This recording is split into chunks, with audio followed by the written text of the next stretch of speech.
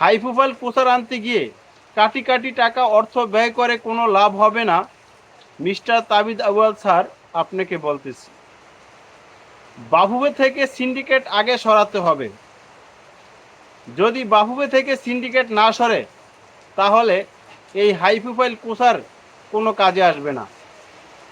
বিগত বছরগুলোতে আমরা দেখতে পাইছি যেগুলা সিন্ডিকেট করেছে যারা, তারাও কিন্তু এখন পর্যন্ত বাফুফেতে বিরাজমান। এ ধরনের লোকদেরকে যদি না সরানো হয়, তাহলে বাফুফে থেকে সিন্ডিকেট কিভাবে সরবে? আপনাদেরকে সিম্পল একটা উদাহরণ দেই, তারপরে আপনারা বুঝতে পারবেন। এই যে কালকে দেখলেন জাতীয় স্টেডিয়াম থেকে সম্পূর্ণ গাছ সরানো হয়ে গেছে, মাটিও সরানো হয়ে গেছে, যাতে যদি আগের একটা গাছ থাকে, সেই গাছটা যদি বড় হয়, তার কারণে নতুন যেই গাছ লাগানো হবে তার ক্ষতি হতে পারে। তারপরে চিন্তা করে দেখেন, যদি একটা গাছের জন্য মাঠে থাকা সকল গাছের সমস্যা হয়, আর বাফুফেতে যদি একজন সিন্ডিকেট করার মতো লোক থাকে, তাহলে বাফুফের কি দশাটা হবে? আমি স্পেশালি কারো নাম বললাম না, আপনারা সবাই জানেন বর্তমানে সিন্ডিকেট শব্দটা কার সাথে বেশি জড়িয়ে আছে। এই ফুটবল কোচারদের নিয়োগ প্রক্রিয়া থেকে শুরু করে সব পর্যায়ে একটা নামই বেশি উঠতেছে, আমি তার নাম নিলাম না, আপনারা বুঝতে পারতেছেন। এই লোকটাকে কেন সরানো হইতেছে না? এই লোকটা সব জায়গায় ফয়দা নিতে চাইতেছে, তার রাজত্ব করতে চাইতেছে। সালাউদ্দিনের সময় সিন্ডিকেট থেকে জর্জরিত ছিল বাফুফে, সেখান থেকে নিস্তার পেয়েছি মোটামুটি একটু। তারপরে আবার কাবরিয়ার অধ্যায় গেল, সেখানেও আমরা সিন্ডিকেটের গন্ধ পাইছি।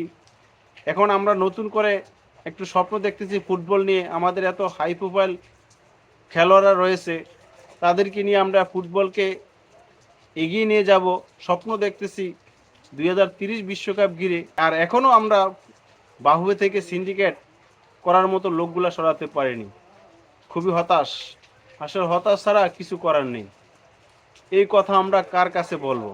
আমরা তো ভিডিওতে প্রতিনিয়ত বলতেছি, কিন্তু কোনো কাজে আসতেছে না।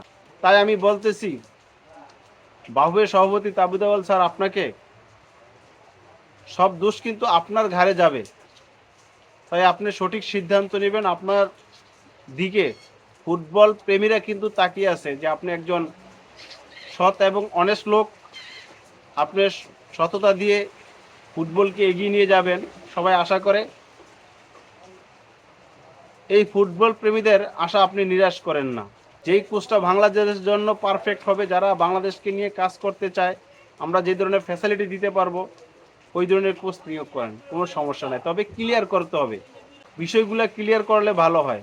তাহলে ফুটবল প্রেমীরা বুঝতে পারবে যে না, আমাদের বাফুফে কতটা আন্তরিকতা রয়েছে। তারা একজন সৎ এবং নিষ্ঠার হাই প্রোফাইল কোচার নিয়োগ ক্ষেত্রে কতটা মুন্সিয়ানা দেখিয়েছে, সততা দেখিয়েছে। দিন শেষে আর কিছু বলার নেই, যেটা ভালো মনে হয় সেটাই করবেন আপনারা। তবে আমরা চাই বাংলাদেশের ফুটবল এগিয়ে যাক।